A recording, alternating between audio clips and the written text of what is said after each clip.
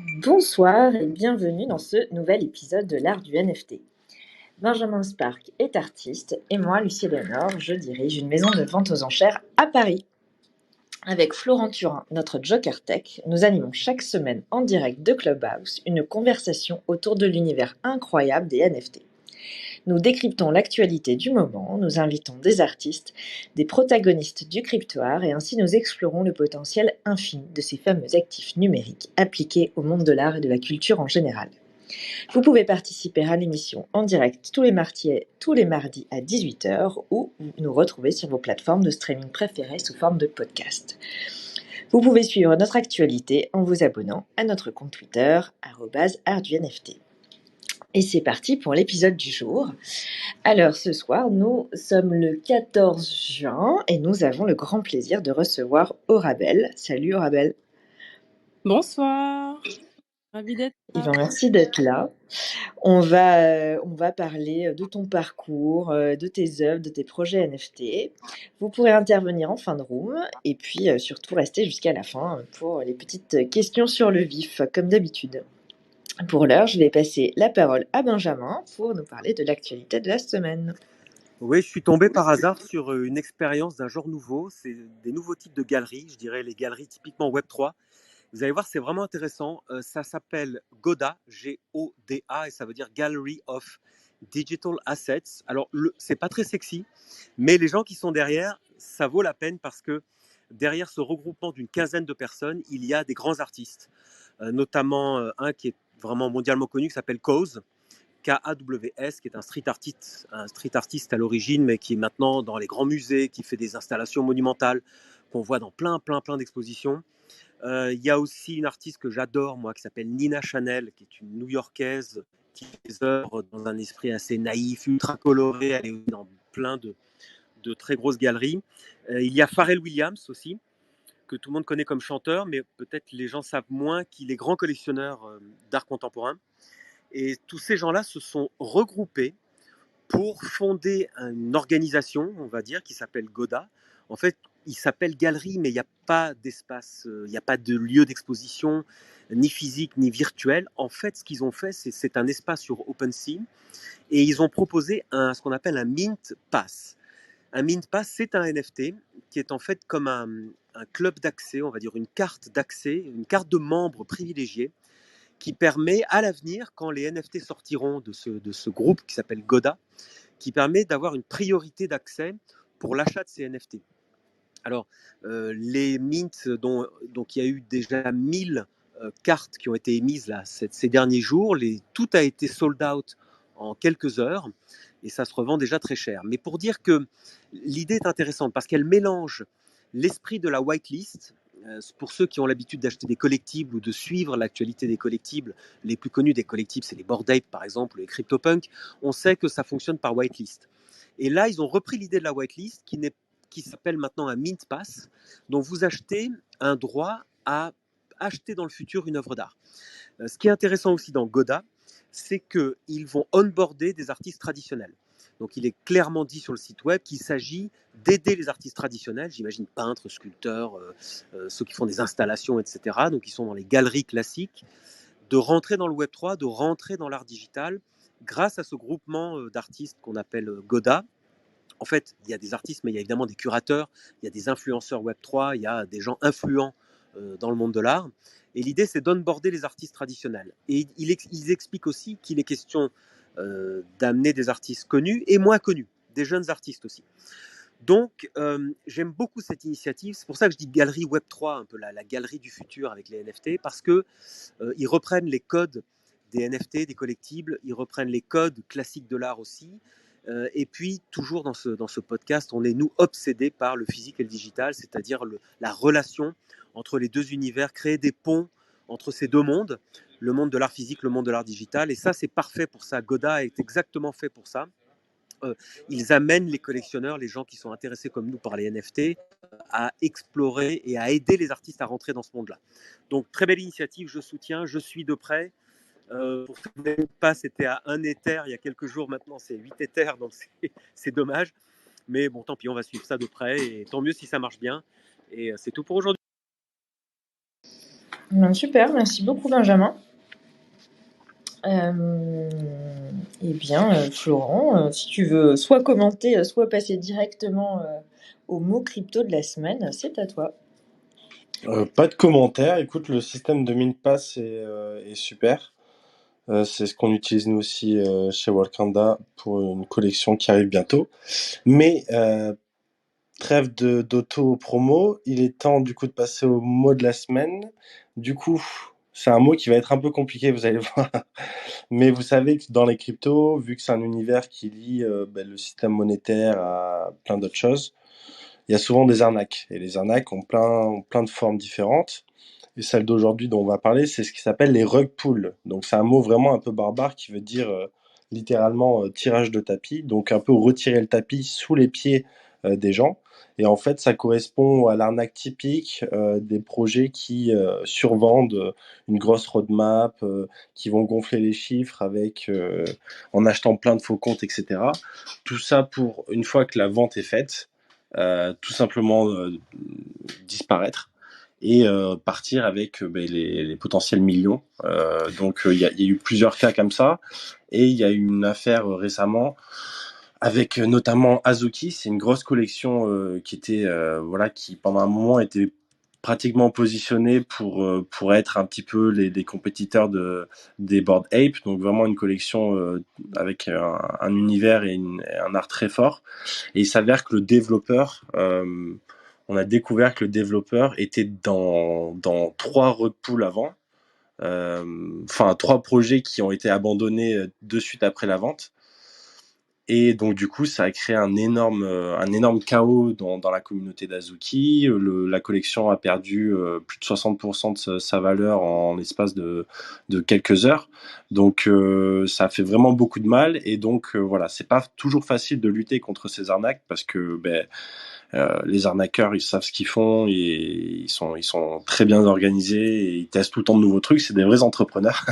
Mais on essaie quand même de lutter contre ça autant qu'on peut en justement en faisant de la censure, un peu comme on a fait, comme on fait dans le monde réel avec les choix de consommation qu'on fait. Donc, essayer toujours de trouver des projets avec les équipes qui sont pas anonymes, parce que c'est surtout ça le critère en fait derrière le rug pull, c'est que vu que dans la crypto on peut rester anonyme, les gens n'ont pas forcément peur de représailles, et donc voilà, il peut avoir des abus. C'était un peu long, désolé pour une définition, mais voilà, au moins on a fait le tour. Non, c'était super. Et puis, je me dis que la semaine prochaine, tu pourrais nous expliquer ce que veut dire doxer, parce qu'en l'occurrence, il y a eu aussi un rapport dans ce cas de Azuki, si je ne me trompe. C'est parce que le fondateur dont tu parles a été doxé qu'on s'est rendu compte qu'il avait fait partie de plusieurs autres rugs. C'est bien ça? C'est ça. Ben avec plaisir, on en parlera. C'est vrai que c'est vraiment un mot barbare aussi, donc je sais pas d'où ça sort. Je ferai mes recherches. Ah, super, merci.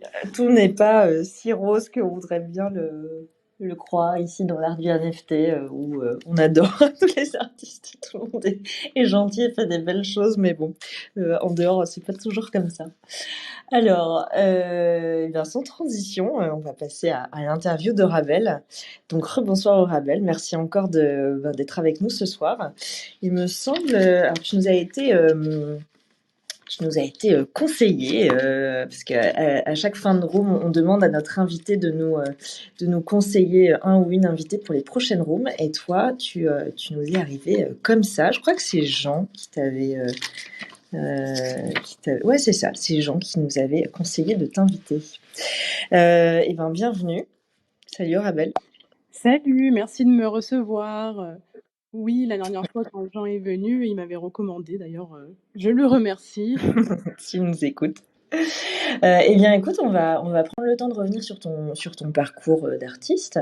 Donc, explique-nous d'abord, juste pour te situer aujourd'hui, en quelques mots, qui tu es, d'où tu viens et ce que tu fais. Bah alors moi, mon prénom c'est Mariama, j'ai 26 ans et je suis artiste, illustratrice et aussi designer graphique. Mais du coup, on m'appelle Orabel, c'est mon nom d'artiste et c'est mon pseudo depuis maintenant 4 ans. J'habite dans le sud de la France, à côté d'Aix-en-Provence et je suis artiste à temps plein, en fait, depuis très peu, depuis janvier 2022 et je fais des NFT, depuis septembre 2020. Voilà, donc on va dire que les NFT m'ont aidée à faire ma transition, à temps plein, à mon compte, d'un point de vue financier, voilà. Ouais, on va prendre le temps de revenir sur tout ça. Tu peux nous parler de ton pseudo, de nous dire d'où ça vient? Alors mon pseudo, en fait, alors à l'époque, je voulais un pseudo, je voulais pas, en fait, je voulais créer un compte de dessin, mais je voulais pas que les gens qui me connaissent dans la vraie vie, sachent ce que je fais. Je voulais vraiment que ma pratique soit personnelle et presque secrète. Du coup, j'ai pris mon nom de famille et mon prénom et j'ai cherché un anagramme et l'anagramme qui est sorti c'était Orabella Darima. Du coup, Orabella, je l'ai gardé. C'est devenu Orabellart, pour mon tag Instagram et très vite, je me suis rendu compte que les gens, ils m'appelaient Orabelle. Je sais pas, c'est comme ça qu'ils lisaient le pseudo et je me suis dit: «Bah, tiens, pourquoi pas?» Enfin, ça correspond assez bien, d'un point de vue, on va dire, synesthésique. Je trouvais que ça sonnait bien avec, les illustrations un peu colorées et très féminines que je fais parce que, enfin, Orabelle, voilà, je me disais: «Ouais, il y a quelque chose d'un peu féminin et de mystérieux peut-être, un peu magique». Du coup, je me suis dit: «Vas-y, on part sur ça». Super, donc c'est venu, assez spontanément, en fait. Oui, c'est venu très Ton spontanément. pseudo qui s'est choisi, tout seul.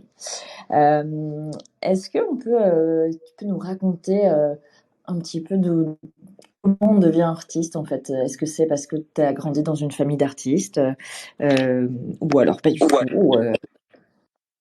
Ben, à peu près, oui. Pour moi, en tout cas, c'est vrai que, bah, mon père, il est pas artiste, mais en tout cas, il dessinait. Mon oncle aussi et mon arrière-grand-père aussi faisait des tableaux, donc c'est vrai que, ouais, j'ai toujours baigné là-dedans et surtout mon père, ce qu'il m'a apporté, c'est la culture de la bande dessinée et des mangas. Du coup, ouais, c'est vrai que j'ai été très sensible à ça et je dessinais déjà, quand j'étais bébé, en fait. Enfin, ouais, c'est mon père qui me voilà, dès que j'avais un moment de libre, il s'arrangeait pour me laisser, une feuille de papier et des crayons sur une table et du coup, j'y allais et ça s'est fait assez naturellement et j'avoue que je pense que je m'y suis mise, assez sérieusement, quand je lisais mes mangas et que j'adorais les dessins et les personnages et du coup, très naïvement, je recopiais, ce qui se passait à l'intérieur et petit à petit, je commençais à faire mes propres personnages et du coup, c'est une pratique qui est toujours restée et que j'alimentais à l'école aussi, enfin en cours, plutôt que d'écouter, je dessinais, enfin ouais, voilà. Ouais, on est beaucoup d'artistes à avoir été marqués par les mangas. J'ai appris récemment que la France est le deuxième pays après le Japon consommateur de mangas. Et donc, je Mmh. remarque aussi chez moi, évidemment, en tant qu'artiste, mais chez plein d'autres artistes, l'influence incroyable des mangas, qui vient aussi d'ailleurs des dessins animés des années 80, 90. C'est une culture extrêmement forte, en fait, qui a marqué l'esprit des Français. Donc, on peut dire que tu t'inscris dans les pas de ces mangas. Est-ce que tu as creusé la culture japonaise avec ça ou pas? Alors oui, j'ai un peu creusé, du coup avec toutes mes lectures. Après, j'ai pas encore eu l'occasion d'aller au Japon, malheureusement. Mon voyage au Japon était prévu en 2020 et on sait tous ce qui s'est passé en 2020 et Ouais, c'était compliqué d'aller au Japon en 2020. D'aller où que ce oui, soit. oui, c'est clair et maintenant c'est toujours impossible pour moi d'y aller malheureusement. Mais du coup, oui, c'est vrai que, mon art est très, influencé par, la culture japonaise et j'adore la japanimation aussi. Je trouve qu'en fait, les dessins animés, ils sont très adultes et ils nous permettent vraiment d'explorer des sujets, de façon très belle et je sais pas, enfin, il y a une complexité qui est simplifiée par le dessin et c'est ça vraiment que j'adore, en fait. Est-ce que justement, tu pourrais nous décrire un petit peu, tes œuvres, si c'est possible? Oui, bah, alors, ben, en général, enfin, oui, dans ce que je fais, je pense que c'est très, en fait, moi, ce que je fais avec mon art, c'est très coloré, vous pouvez le voir. J'adore utiliser des grosses couleurs très vives et peut-être allier des couleurs qui forcément n'iraient pas ensemble ou qu'on ne penserait pas aller, qu'on ne penserait pas voir là où on les voit. C'est-à-dire, par exemple, sur la peau, pour faire les petits points de lumière, plutôt que de mettre du blanc, je vais chercher à mettre, du magenta très vif et du cyan très, très vif aussi pour que ça donne quelque chose de... j'appelle ça un peu des couleurs juicy, on va dire. Et je sais pas, pour moi, ça exacerbe vraiment ce que j'essaie de faire passer par le dessin, c'est-à-dire j'essaie de, en gros, de mettre mes émotions et ce dont je ne parle pas sur l'écran, parce que je suis quelqu'un d'assez introverti et bah, mon art, c'est un peu devenu mon seul moyen de communication brut, on va dire. Et bah, en résulte des illustrations très féminines, toujours des personnages féminins, parce que bah, déjà, je pense que c'est parce que je suis une femme. Et aussi, je suis fascinée par la forme de la femme. Et ouais, j'essaie toujours d'explorer des thèmes qui sont assez... bah, quand je fais des environnements un peu magiques et un peu surréalistes, bah, c'est un peu des endroits où j'aimerais aller, où j'imagine des histoires. Enfin voilà, c'est mon art, quoi. Rabel, il y a quelque chose qui m'intrigue au début. Tu as commencé à te présenter avec par trois terminologies très différentes. Tu as dit je suis artiste et illustratrice et designeuse graphique. Oui. Et c'est intéressant parce que en fait, souvent les artistes se distinguent très nettement des illustrateurs et encore plus des designers graphiques. C'est-à-dire que souvent on a le sentiment, c'est un peu comme la différence entre l'art et l'artisanat. L'artisan exécute des gestes ancestraux, un savoir-faire, des métiers. On peut dire que l'illustratrice ou la designeuse exécute, enfin réalise, se soumet à un cahier des charges, on va dire, alors Mm. que l'artiste départ d'une page blanche et crée des choses, comme tu le dis, qui viennent des tripes, quoi, ou alors son seul moyen d'expression. Comment se fait-il que tu puisses t'exprimer, enfin, te qualifier de trois métiers très différents? Est-ce que tour à tour tu es artiste, donc libre, et parfois tu te soumets à un cahier des charges par rapport à des clients, et peut-être ce qui expliquerait que depuis 2020, à ce moment-là, tu sois indépendante, artiste indépendante. Ça, j'aimerais bien savoir que tu nous expliques. Eh ben alors oui, tout à fait. Bah, t'as un peu posé le doigt sur oui. Alors quand je suis artiste, c'est vraiment quand je crée une œuvre personnelle, sans cahier des charges, donc de façon très instinctive et voilà, c'est moi qui décide de le faire, on va dire. Je parle de ce que je veux, j'exprime ce que je veux et ensuite je mint le NFT parce qu'en général, ce que je fais, c'est pas physique, c'est pas de la peinture, c'est sur tablette et du coup, ça, c'est ce que les collectionneurs vont m'acheter. Et après, quand je suis illustratrice, c'est quand, comme tu dis, des clients viennent me demander bah, une demande très précise avec un cahier des charges. Et donc là, on entre dans un process bah, client avec des retours, des modifications, des axes de recherche créative. Et donc ça, c'est mon côté illustration. Donc on va dire que c'est mon art appliqué à une demande client. Et enfin, ma dernière casquette, celle de designer graphique, c'est tout simplement parce que de base, ben, sur le papier, mon diplôme, c'est que je suis designer graphique. Voilà, j'ai suivi un master en design graphique. Et ben, avant d'être artiste à mon compte, je travaillais en tant que graphiste chez Le Temps des Cerises. Peut-être que vous connaissez, c'est la marque de prêt-à-porter qui Ah était ouais, très très bien. connue. C'était très connu dans les années 2000-2010. Ben, figurez-vous que ça existe encore. Justement, parce qu'on est passé un peu vite sur ton parcours, donc après avoir passé en gros ton enfance et ton adolescence à manger plein de mangas, t'en inspirer et à dessiner non-stop, donc tu t'es orienté vers des études artistiques. Oui, oui, ben, oui, alors très tôt. En troisième, bah, alors de base, je voulais faire médecin. Je pense parce que la société nous dit qu'il faut pas faire de l'art comme pour son métier. Et devant la conseillère d'orientation, elle m'a dit: «Bon, qu'est-ce que tu veux faire?» Et là, j'ai réfléchi et je lui ai dit: «Bon, en fait, je pense que je veux dessiner des mangas». Je lui ai dit vraiment ça et elle m'a prise au sérieux et du coup, elle m'a trouvé, une formation, en arts appliqués, sur Aix-en-Provence, dès le lycée. Donc c'était un bac technologique. Ok. Donc j'y suis allée et je pensais encore vraiment que j'allais pouvoir faire de la bande dessinée et tout ça. Mais après, j'ai un peu déchanté et tout simplement parce que les profs d'art appliqué et d'art plastique, ils aiment pas trop le dessin manga. Du coup, ils m'ont très vite dirigée vers autre chose et je me suis un peu laissée faire. Donc je suis allée Ils t'ont dirigé vers quoi? vers un BTS de design graphique. Ok, donc très appliqué. Ils t'ont dit non, non, tu vas pas dessiner des mangas, tu vas faire des choses utiles dans la vie et du design graphique. Oui, c'est ça, ouais. Puis même en design graphique, du coup, j'espérais pouvoir au moins retourner dans l'art. Du coup, je voulais faire de l'illustration. Mais même là, les profs étaient très dirigeants et je me suis laissée diriger là aussi. Et à ce moment-là de ma vie, pendant mes études supérieures, j'ai carrément arrêté de dessiner, quoi. Pendant 4 ans, 4-5 ans, j'ai arrêté. Oui, en fait, à chaque fois, tous les artistes qu'on interroge sur leur formation artistique sont tous dégoûtés et nous ont tous confirmé que toutes les écoles d'art dissuadent tous les artistes de faire de la création et d'exalter leurs sentiments à travers l'art. C'est incroyable, c'est une constante, ça.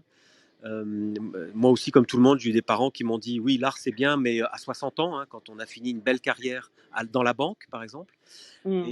Et le poids de la société est énorme là-dessus. Donc, mais c'est bien, tu t'étais déjà affranchi de pas mal d'obstacles et de carcans pour faire du design graphique. Donc, tu te rapprochais petit à petit de ton but, qui était de faire rêver les gens avec tes idées.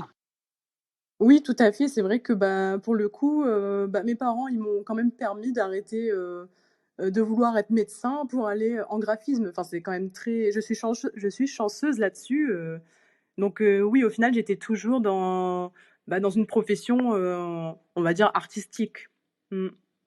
Bon, après, c'est vrai que faire des logos et des affiches et tout ça, oui, c'était sympa, mais bon, après, attention, ça m'aide et c'est des compétences qui sont précieuses aujourd'hui, quoi. Maintenant, quand je crée un site internet pour moi, je me pose quasiment pas de questions. Donc, c'est très bien. Et donc moi je regarde un petit peu tes œuvres. J'ai mis d'ailleurs le lien vers ton Linktree là pour que les auditeurs et les auditrices qui nous écoutent en direct puissent pourquoi pas aller voir. Euh, Même tes œuvres d'art qui sont donc pas des commandes sont quand même très marquées par l'illustration. C'est très narratif. On a l'impression que ce sont voilà, des femmes prises à un moment, enfin, on imagine vraiment l'avant, l'après, on a l'impression que tu fais un arrêt sur image, donc c'est presque cinématographique en fait, avec quelque chose de très très aquarellé. Donc tout ça, tu fais. Donc déjà, j'aimerais bien savoir quelles sont tes sources d'inspiration. Alors bon, on a compris qu'il y avait le manga, peut-être la bande dessinée, mais quand tu es face à la page blanche ou à la tablette blanche, comment ça se passe? Alors, Aurabelle, désolé, je t'ai muté parce que ça faisait de l'écho. Ah, excuse-moi, pardon. Moi, je me muterai toute seule alors. Ouais, désolé. Alors, mais j'ai une grande source d'inspiration dans la nature. J'adore faire de la randonnée et en fait, je vais surtout me diriger vers des endroits qui me calment. Donc, que ce soit dans la montagne ou dans un salon un peu cocooning, c'est en matière d'environnement, c'est ce que j'adore. Et après, quand je fais des portraits un peu surréalistes, je vais essayer de faire des associations d'idées et de chercher, par exemple, si on prend l'illustration que j'ai en avatar là, la fille avec les fleurs qui éclosent sur les poumons. C'était une illustration qui avait été faite pour quelqu'un qui rêvait de trouver comment on dit en français, désolée, un médicament, non, quelque chose Un pour remède. guérir. Oui, un remède, merci. Un remède contre le cancer du poumon. Et du coup, là, je procède par association d'idées. Et je pense que cette imagerie autour très florale, avec toujours la femme au centre, c'est quelque chose qui devient récurrent. Après, quand je suis face à la page blanche, on va dire, c'est toujours assez expérimental. Par exemple, pour mes couleurs, je sais jamais vraiment à l'avance ce que je vais faire. Genre, j'ai peut-être juste une image très, très succincte, mais il faut absolument à chaque fois que je fasse des tâches, que je vois un peu ce qui se passe. Et, Et après, je fais des et tâches suivantes. tu ne travailles qu'en numérique, c'est-à-dire que ça ne passe pas par une phase papier, parce que la semaine dernière, par exemple, on a reçu Lapin Mignon qui, elle, voilà, dessine vraiment sur papier, ensuite elle scanne, elle retravaille numériquement, etc. Toi, tu fais vraiment tout de manière numérique. Oui, en principe, oui. Mm. Ok. Et alors, est-ce que tu peux nous raconter un petit peu ta rencontre avec les NFT? Comment t'en entends parler? Est-ce que tu comprends tout de suite le potentiel? Quand est-ce que tu t'y mets? Comment? Enfin voilà, raconte-nous un petit peu. Alors, quand j'ai commencé les NFT, c'était en août 2020. Alors, à l'époque, j'étais toujours graphiste chez Le Temps des Cerises. Et le projet de devenir artiste à mon compte était là, quoi. Mais il me fallait de l'argent. Et à ce moment-là, sur Instagram, quelqu'un est venu me demander en message privé, est-ce que tu veux faire du business? J'étais là. Du bise. Je me suis dit, ok, qu'est-ce qu'il veut lui? Et je sais pas, j'étais assez ouverte à ce moment-là. Du coup, je lui ai dit, vas-y, raconte, qu'est-ce qu'il y a? Et là, il me dit, tu connais les NFT? Je dis, bah non. Et donc, il m'a vite fait expliquer ce que c'était. Je lui ai dit, ça me paraît un peu trop beau ton truc là. Et il m'a dit, oui, bah vas-y, fais tes recherches et reviens me voir après. Du coup, j'ai fait mes recherches et j'ai vu que c'était quelque chose de véritable, qu'il y avait vraiment des communautés, qu'il y avait des marketplaces. Et j'ai réalisé que il y avait plein de choses qui se vendaient. Peut-être pas. Et des choses qui n'étaient pas forcément de grande qualité, quoi, qui se vendaient pour plutôt pas mal. Du coup, je me dis, bah allez, hein, essaye. Donc c'est marrant Donc, parce que c'est par un truc qui était presque un spam que ça t'a mis la puce à l'oreille et que t'es allé faire tes propres recherches. oui, c'est ça, oui. Mais C'est après, marrant. je suis quand même revenue vers cette personne pour qu'elle m'explique un peu plus. Et au final, elle m'a aidée à commencer en me payant mon premier mint. Et après, je lui ai remboursé.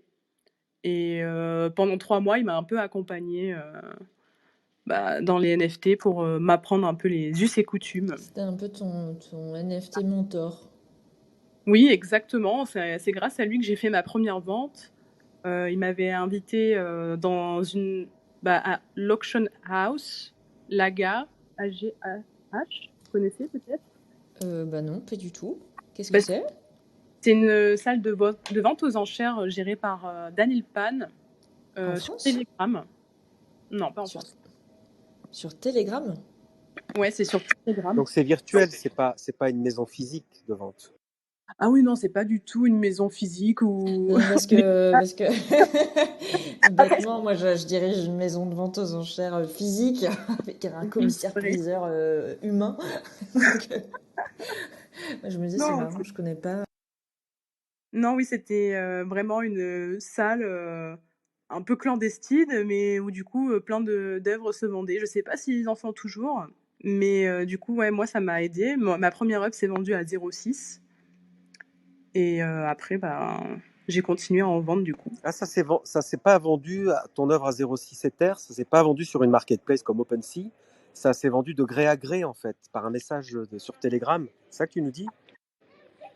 Alors non, en fait, ils animaient l'auction sur le chat et une fois que l'œuvre était remportée par quelqu'un, après, je m'arrange avec la personne et sur Rarible, c'était sur la plateforme Rarible, Après, je mets l'œuvre à ce prix-là et on fait Ce les... sont des enchères clandestines Exactement. que tu nous dévoiles ce soir. Ah oui, fais attention au rabais. Si jamais la directrice de Fauve, la maison de vente aux enchères, apprend ça, on est mort, on Ah est non, tous morts. non, c'est pas moi, hein, c'est pas moi qui vais dire ça, mais c'est plutôt l'autorité de régulation qui pourrait écouter nos Ah podcasts. oui, le grand mamamouchi français de. Exactement. Bon, Prescription, non? sans doute, sans doute. Et puis Telegram, on sait pas vraiment, c'est pas vraiment en France, tu vois. Donc c'est marrant, donc ça t'a mis le pied à l'étrier, ça t'a un peu expliqué les mécanismes. Donc tu t'es mis à minter sur Rarible. Oui, c'était ma toute première plateforme. Elle était très intéressante au début. Il y avait beaucoup de trafic dessus. Et surtout, ben, on gagnait des raris quand on vendait et quand on achetait. Et ben, le rari, c'était un token qui avait quand même une très bonne valeur en euros. Et ben, aujourd'hui, je pense que la plateforme est un peu morte parce qu'ils n'en distribuent plus. Ah, j'ai un pincement au cœur quand tu dis ça au rabais, parce que moi aussi j'ai commencé il y a 1 an et demi sur Rarible, et Ah, c'était une plateforme extrêmement puissante qui fédérait une grosse communauté. On pouvait liker tout le monde, les gens me likaient en retour. Ouais, oui. on gagnait des raris. Le rari était, ouais, c'était un token. En fait, il y avait une vraie communauté et qui a un peu disparu aujourd'hui, même si Rarible est intéressant parce que Vous c'est parlez de cross-chain. ça comme si c'était le bon vieux temps d'il y a 1 an et demi, quoi. Bah oui, Oui. il y a une éternité, donc. Mais en plus, effectivement, c'est cross-chain maintenant. On peut connecter un wallet Solana et un wallet Tezos, je crois, non? Ouais, ouais, Tezos, Flow et bon, Ethereum et Polygon. Ouais. Ok. Mais pour autant, ça n'a plus la cote. Et non, récemment, j'ai fait un petit sondage sur Twitter pour savoir quelles sont les plateformes open favorites de ceux qui me suivent. Et Rarible, il y en a vraiment 0 qui ont voté, quoi. Enfin, allez, 0, non. Mais il y avait 6% de réponses pour Rarible. C'est fou, hein, vraiment, la Oui. popularité passe comme ça. C'est tellement violent. Qu'est-ce qui est arrivé Bon, je vais pas... premier au Rabel comme plateforme? Foundation peut-être? Oui, c'est Foundation qui est arrivé en premier, suivi par OpenSea et après Rarible en dernier. Ah oui, pourtant, Donc, OpenSea, c'est vraiment pas du tout curaté, quoi. C'est marrant que ça arrive en premier. ben, Alors, tu sondage. peux nous parler un petit peu des différentes marketplaces justement sur lesquelles tu mines parce qu'il y en a plusieurs et essentiellement sur Ethereum, j'ai l'impression. Oui, alors que sur Ethereum, en effet, pour des questions de comptabilité. Et alors, je mint sur Foundation, sur OpenSea. Donc ça, c'est pour mes plateformes qui sont ouvertes. Et pour les plateformes qui sont curated, je mint sur Non-Origin et sur Maker's Place. Ah ouais, donc tu as quand même été sélectionné aussi par des plateformes enfin, qui sont curatées, donc où la sélection des artistes est faite par la plateforme, contrairement à par exemple OpenSea où n'importe qui peut minter directement. Et, et est-ce que tu proposes des choses différentes en fonction des plateformes? Est-ce que tu fais des séries? Oui, oui, oui, carrément. Sur OpenSea, je vais plutôt mint des grosses séries de sketchs qui sont rapides à faire donc, et pas chères. Donc là, ça va être sur OpenSea. Sur Foundation, je vais plutôt poster mes œuvres qui prennent beaucoup de temps. Parce que même si la plateforme est ouverte, il y a vraiment beaucoup de fréquentation et il y a de gros collectionneurs qui achètent dessus. C'est là que j'ai fait mes plus grosses ventes. Ouais, Du on coup, voit, hein, on est autour de 2 Ethers, 2 Ethers 5. oui, oui, oui. C'est sur Foundation, pardon. C'est ce prix-là. Je tourne autour de ce prix-là. Et sur Non-Origin, j'ai surtout mint des petites œuvres qui étaient pas vraiment, qui sont entre les deux, on va dire, et aussi des collaborations avec Daniela Doodles et Christy Glass, notamment. C'est la plateforme sur laquelle je fais beaucoup de collabs parce que j'ai l'impression qu'il y a beaucoup d'artistes qui sont dessus. quand même. Et en plus, Known Origin, je crois, permet de minter à plusieurs wallets, ce qui est parfait pour des collabs, c'est bien ça? Oui, tout à fait. Et d'ailleurs, c'est très très bien fait. Comment le processus pour mint à plusieurs, c'est très lisse.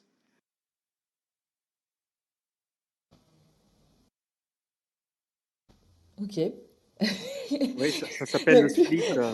c'est ça. C'est un split wallet. Ouais. J'ai fait ça sur Foundation. Ça marche très bien. On peut mettre jusqu'à 4 wallets différents. Et les 4 wallets, mettons si on est 4 à minter ou mettons 2 à minter, on récupère à la fois le fruit de la vente, mais aussi le fruit des royalties sur les reventes. Ah, sur Foundation, j'ai pas encore essayé de faire de collaboration. Mm. Eh ben, on devrait se parler au Rabel pour ça. Ah ouais, une collab Benjamin Spark au Rabel, pourquoi pas? Bah oui. Et alors, quels sont tes projets actuels? Ben, actuellement, étant donné le bear market, j'avoue que je me pose plein de questions. Alors, bien sûr, je reste dans les NFT et je pense à créer des collections moins chères, peut-être, pour aider mes collectionneurs à pouvoir s'offrir ce que je fais. J'ai plusieurs choses en réflexion. Et aussi, en ce moment, je prépare New York. Là, il y a l'événement NFT NYC, je vais y aller. Du coup, je suis surexcitée. Bon, j'y vais pas pour parler ou pour exposer, mais par contre, j'y vais pour rencontrer plein de gens. Donc, ouais, c'est marrant. Je prépare des petites cartes, je prépare plein de choses. Ça m'intéresse quand tu parles. Ah, pardon, Léo, quand tu parles du bear market. Le bear market, donc pour l'instant, il y a un bear market sur le marché des cryptos, mais est-ce qu'il y a un bear market sur les NFT? Mais toi, en tant qu'artiste, j'aimerais avoir ta vision sur le fait que quand tu vends 2 Ethers, quand évidemment l'Ether était à 3 000 euros, tu récupérais beaucoup d'euros, et évidemment quand l'Ether est à 1 000 euros, comme aujourd'hui, tu récupères moins d'euros sur les mêmes types de ventes, en fait. Donc en tant qu'artiste, tu es, j'imagine, incité à soit changer tes prix en Ether, soit attendre peut-être que le vent tourne et que ça redémarre. Enfin, Parce est-ce qu'il y a une que stratégie? justement, tu nous as dit un peu, tu nous as dit, je vais faire des choses moins chères, mais sachant que, en fait, c'est déjà moins cher puisque l'Ether a vraiment beaucoup, beaucoup baissé. Donc, à prix en Ether équivalent, c'est déjà moins cher. Donc, si tu baisses encore, c'est double solde, quoi. Comment tu envisages ça? Alors oui, je suis d'accord, mais j'ai vraiment l'impression que en ce moment, les gens, ils achètent pas tant que ça, non plus. Même si, oui, c'est soldé. Genre, j'observe ça chez d'autres artistes aussi. Les artistes en ce moment peinent à vendre leurs NFT pour des gros prix. Et même les collections PFP qui sortent, qui ont une grosse communauté qui s'est construite sur des mois et des mois et qui malheureusement sortent aujourd'hui, c'est très dur pour eux de sold out, de sell out. Donc je sais pas trop à quoi c'est dû, mais en tout cas, je constate qu'il y a une certaine. Les gens, ils sont frileux et ils n'ont pas trop envie de dépenser, quoi, que ce soit en Ether ou en fiat. Et je vois aussi moi comment je me sens vis-à-vis du marché. Parce que d'habitude, je collectionne un petit peu et j'investis un petit peu dans des projets. Et c'est vrai que moi non plus, hein, même si a priori c'est moins cher en fiat, j'ai vraiment pas envie en ce moment de dépenser de l'Ether, quoi. J'ai l'impression que tout le monde a envie d'économiser un petit peu parce que personne sait où on va aller, quoi.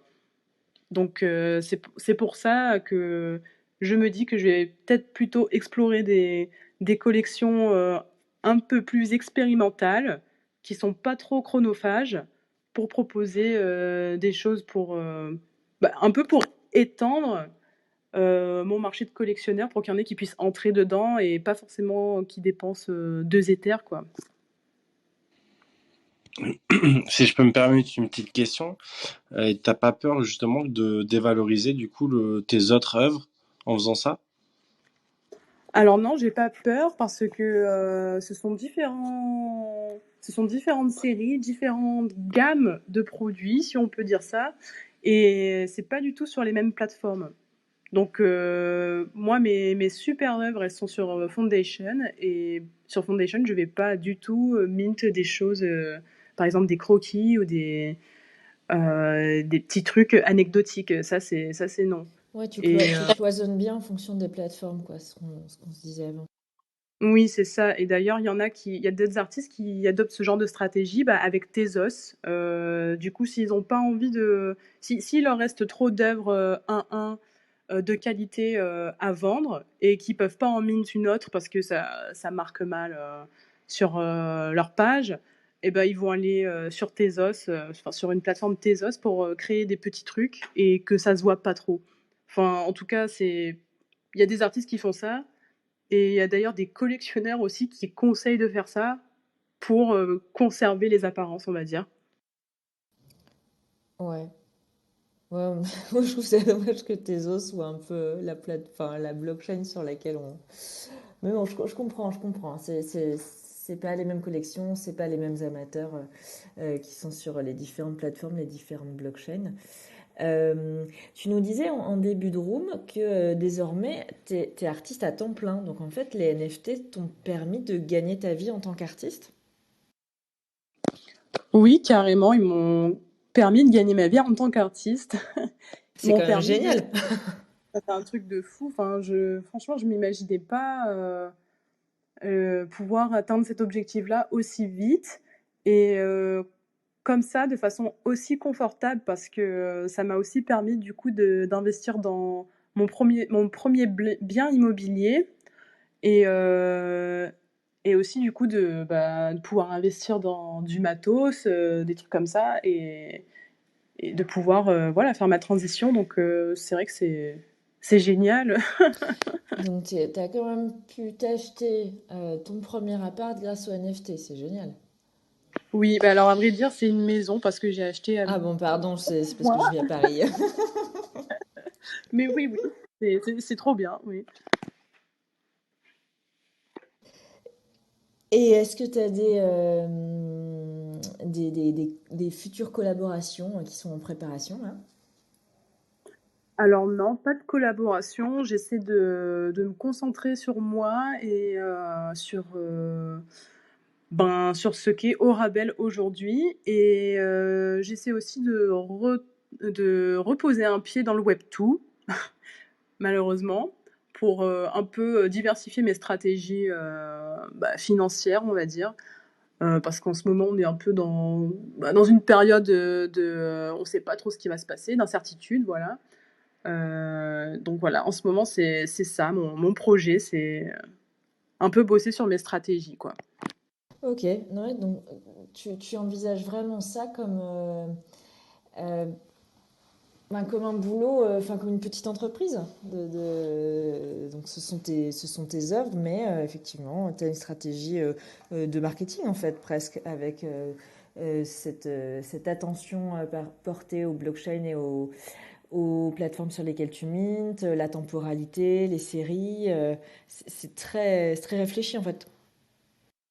Oui, c'est vrai, bah oui. Alors, au tout début, c'est vrai que je pratiquais de façon assez naïve, mais bien vite, je me suis rendu compte que oui, en effet, l'aspect marketing, si on peut dire ça comme ça, même si, bah oui, c'est un peu ça, est important. Ouais. Et j'ai l'impression que les artistes qui fonctionnent le mieux dans le milieu, ils prêtent attention à ça, ne serait-ce que par la façon dont ils communiquent sur Twitter, la façon dont ils font leur drop et dont voilà, ils gèrent leur communauté. Ouais.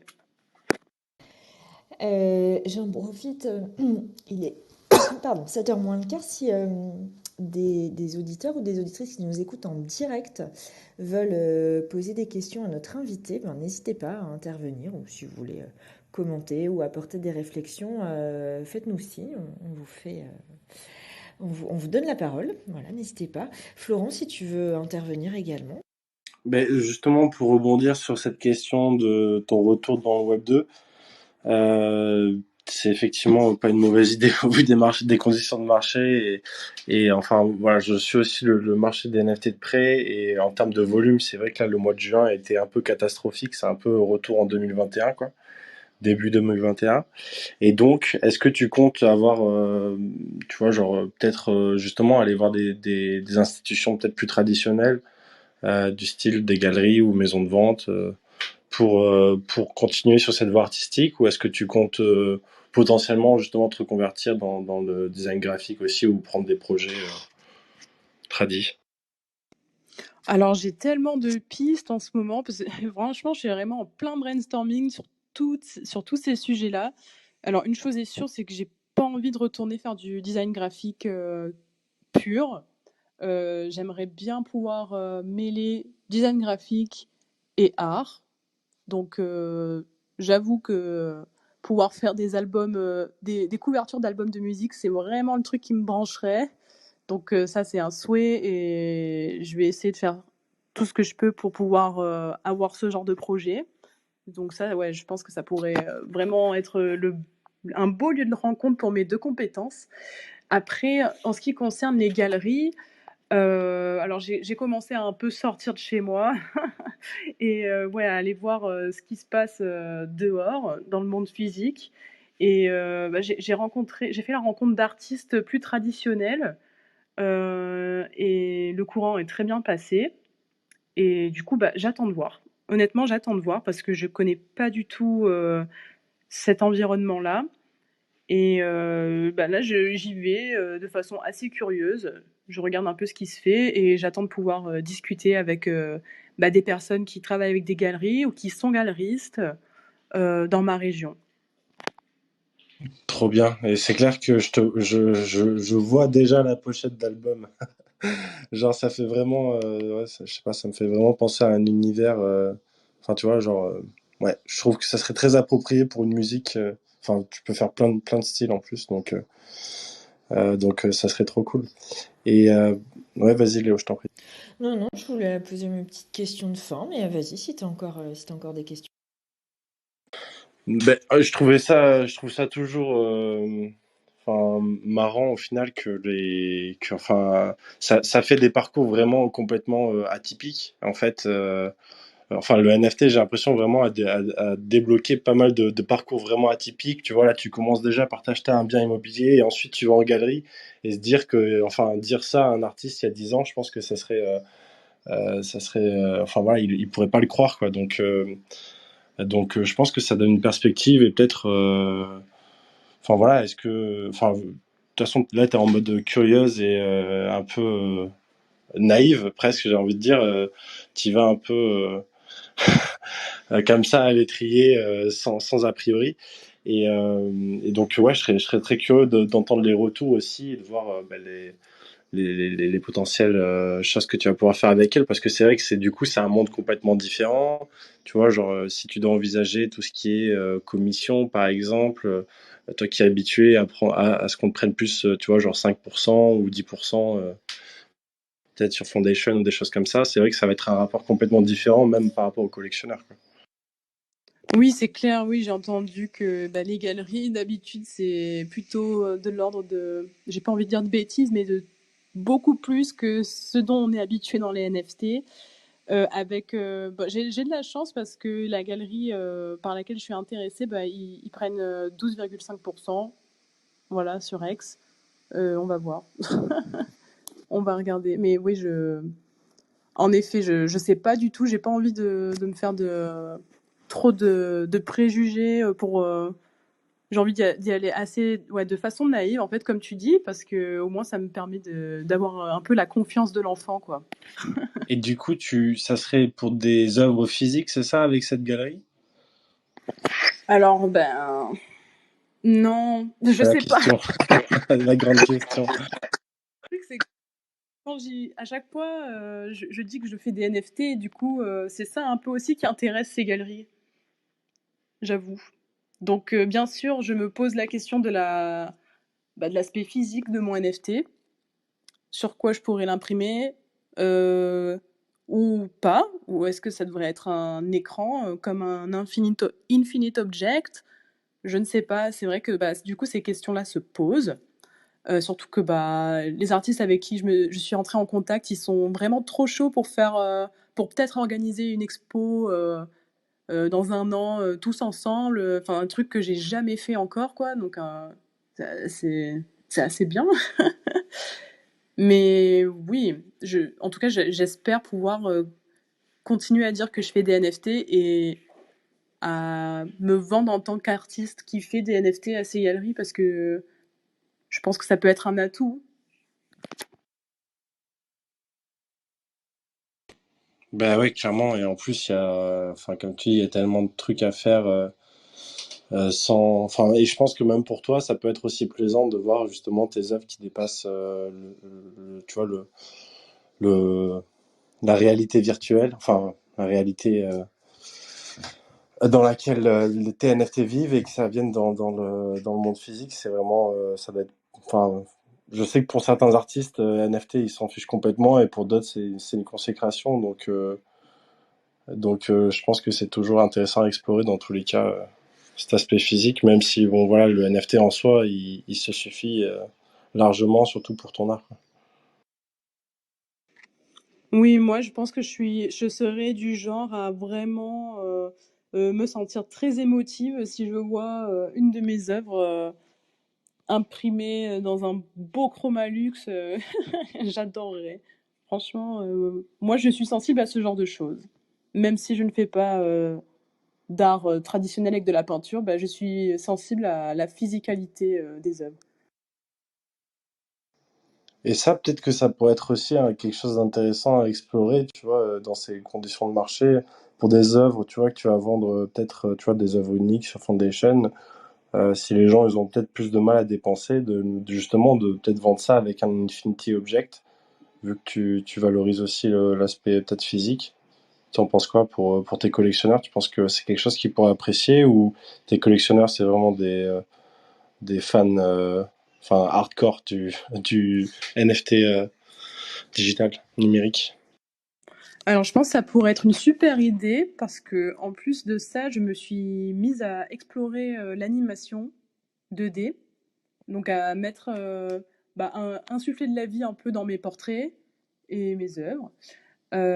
Après, pour mes collectionneurs, il y en a qui adorent avoir quelque chose, mais il y en a d'autres qui veulent pas se faire dox, comme on disait, genre ils veulent rester anonymes. Du coup, ils veulent pas que je leur envoie ne serait-ce qu'un imprimé ou quoi que ce soit. Du coup, ouais, ça dépend vraiment du collectionneur là. Pardon, je vous rejoins, j'ai fait un petite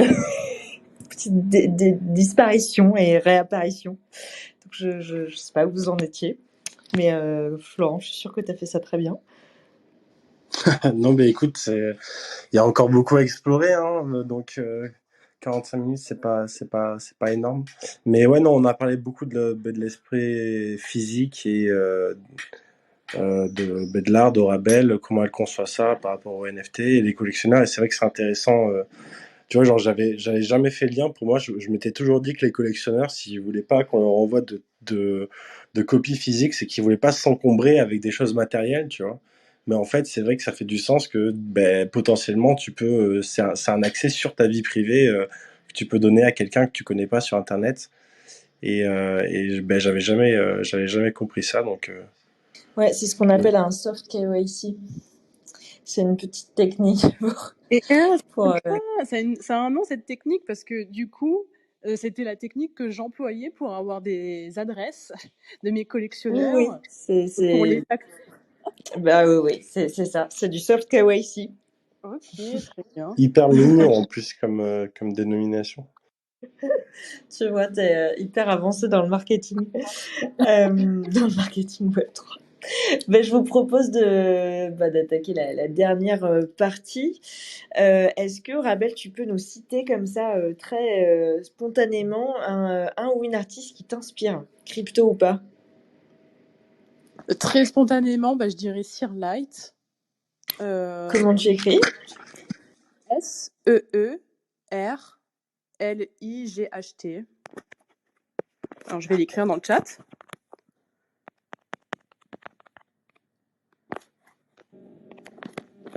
Ah, ça. Allô? Ouais, super, c'est noté. Oui, c'est bon. Je connais pas, j'irai voir. Oui, c'est un artiste qui était très connu dans le milieu Web2 et qui a explosé les scores sur Super Rare. Et son art, franchement, il me transporte. C'est une grande source d'inspiration. Et ouais. Donc, ce qui veut dire que toi aussi, tu es collectionneuse? Un petit peu, oui. Ouais. Un petit peu. Alors, est-ce que tu peux nous parler du premier NFT que tu as collectionné? Alors, c'était un NFT de Rob Ness. Vous Ah oui, connaissez ou pas? bah oui, quand même. Oui, bah oui. C'est on peut dire un OG, hein. Oui, c'est un OG. Oui, En majuscule. On peut le dire en majuscule même. C'est vrai. Donc oui, c'était son NFT. Par contre, je sais plus le nom, mais je l'ai encore. Voilà. Ok. Une petite- Et le NFT que tu n'as pas réussi à acheter, à avoir? Alors, c'était un NFT d'une artiste thaïlandaise que je voulais absolument sur Foundation, mais malheureusement, on m'a outbid alors que j'étais pas là. J'avais pas l'ordi. C'est moche. Le NFT que tu attends avec impatience? Pardon, est-ce que tu peux répéter, s'il te plaît? Le NFT que tu attends avec impatience. Le drop, en fait, que tu attends avec impatience ou une sortie d'un artiste que tu connais, que tu attends. Oh, bonne question. En ce moment, qu'est-ce que j'attends? Alors là, franchement, avec ce marché, j'avoue que je me suis pas questionnée là-dessus. T'attends que ça passe. Oui. Là, j'aimerais bien un jour. Bon, si je peux pas répondre à cette question-là de suite, je vais dire juste un NFT que j'aimerais avoir. J'aimerais bien un jour pouvoir collectionner un 1 de Christy Glass, si un jour je peux, parce que bon, Ok. c'est un peu cher. D'accord. Bah, c'est peut-être le moment, justement, avec la chute des cryptos. Oui, c'est vrai. Bon point. Et enfin, toute dernière question. Quel est l'invité que tu aimerais écouter dans cette room? Alors, j'aimerais bien entendre Kibo. Ah, mais on l'a déjà reçu, Kibo. Mais non. Ouais. Tu pourras aller écouter sa room. Ouais, on l'a déjà reçu. D'ailleurs, c'est Kibo qui nous avait conseillé d'inviter Jean, qui nous a conseillé de t'inviter toi, tu vois. Mince. Bon, alors je dirais Abdoulaye Bari. Ouais, qu'on connaît bien, ok. Qu'on n'a jamais reçu encore, mais c'est une bonne idée. Voilà. Eh ben super, c'est noté pour Abdoulaye. Super. Eh bien, Florent, je vais te passer la main pour finir. Ouais, alors du coup, Rabel, je sais pas si tu sais, mais on a une tradition, enfin c'est une tradition, faut pas que tu le vois comme ça, pas de pression évidemment, mais si jamais tu aimerais soutenir le podcast et nos auditeurs et auditrices, est-ce que ça te dirait de nous laisser un de tes NFT qu'on puisse faire giveaway à nos auditeurs et auditrices? Bah oui, pourquoi pas. Je vais regarder ce que j'ai et on peut faire un giveaway. Trop bien, et bien génial, et bien on va faire un super giveaway avec une de tes œuvres.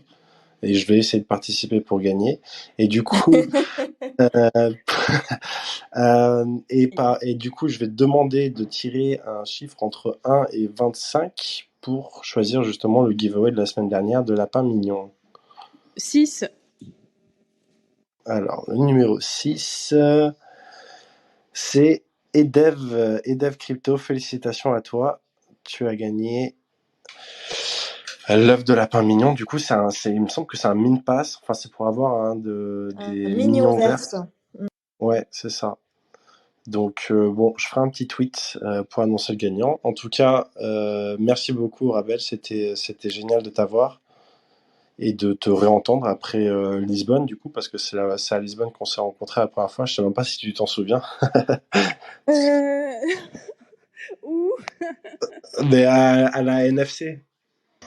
Oui, je sais. Où? Oui, il y avait beaucoup de monde. Il y avait beaucoup de monde Il y à la avait NFC. beaucoup de monde et tu étais méconnaissable ce jour-là, Florent. Oui, même dis-toi, même Léo m'a pas reconnu.